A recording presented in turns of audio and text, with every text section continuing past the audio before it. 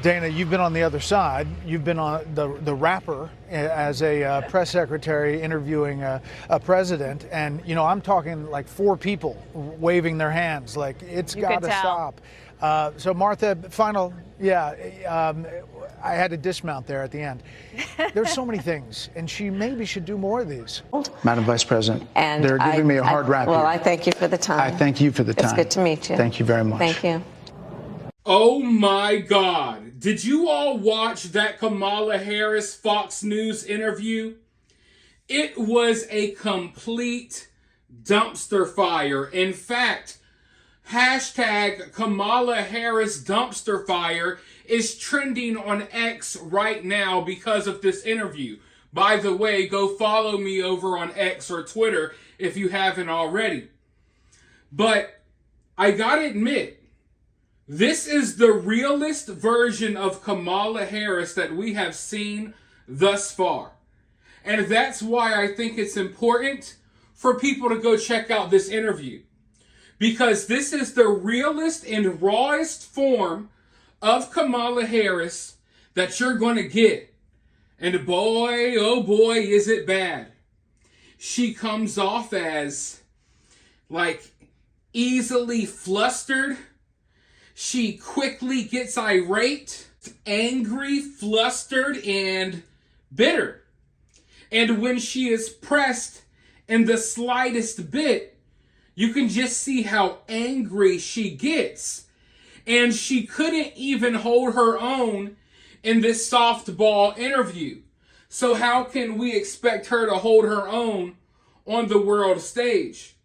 How can we expect her to hold her own against Vladimir Putin, against Xi Jinping, against North Korea, against insert enemy, insert country name here?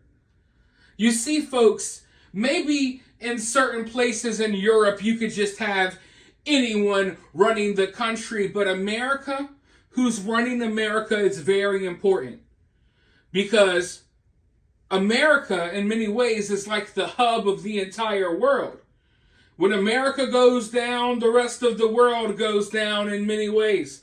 So I think that being the president of America is more important than being a leader of a lot of these other countries out there. Because so much is riding on America, and so many of these other countries depend on America. If it wasn't for America, half of Europe would have already been conquered long ago. If it wasn't for America, a lot of these places in Asia, they would have been conquered long ago. But this interview, it went so terribly that they cut it short. That's how bad it went, folks.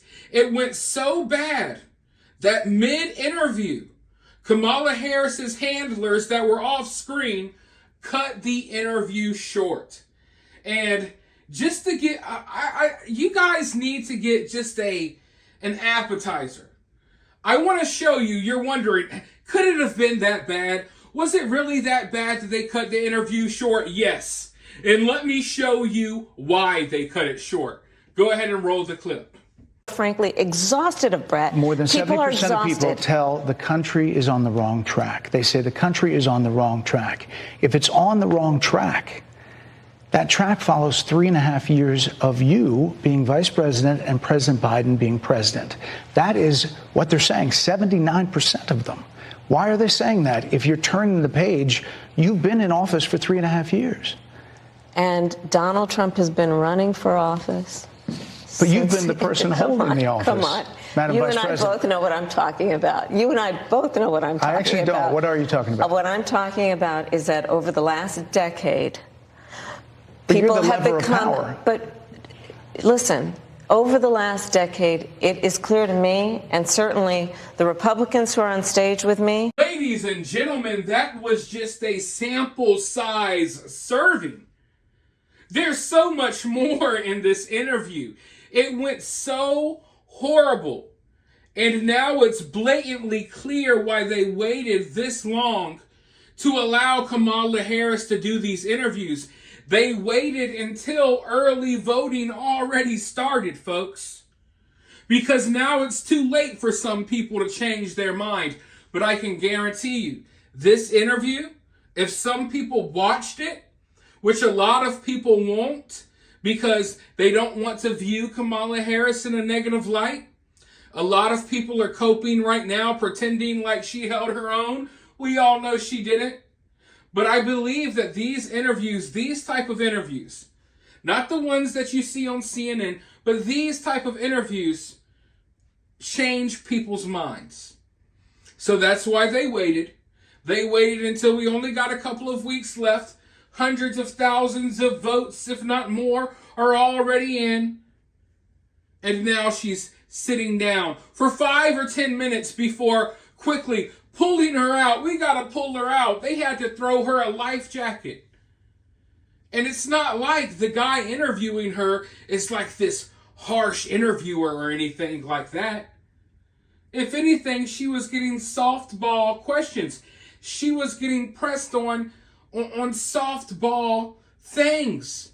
Just because of her blatant lies, it's easy to press her in a way that you don't even got to press too hard. You know what I mean?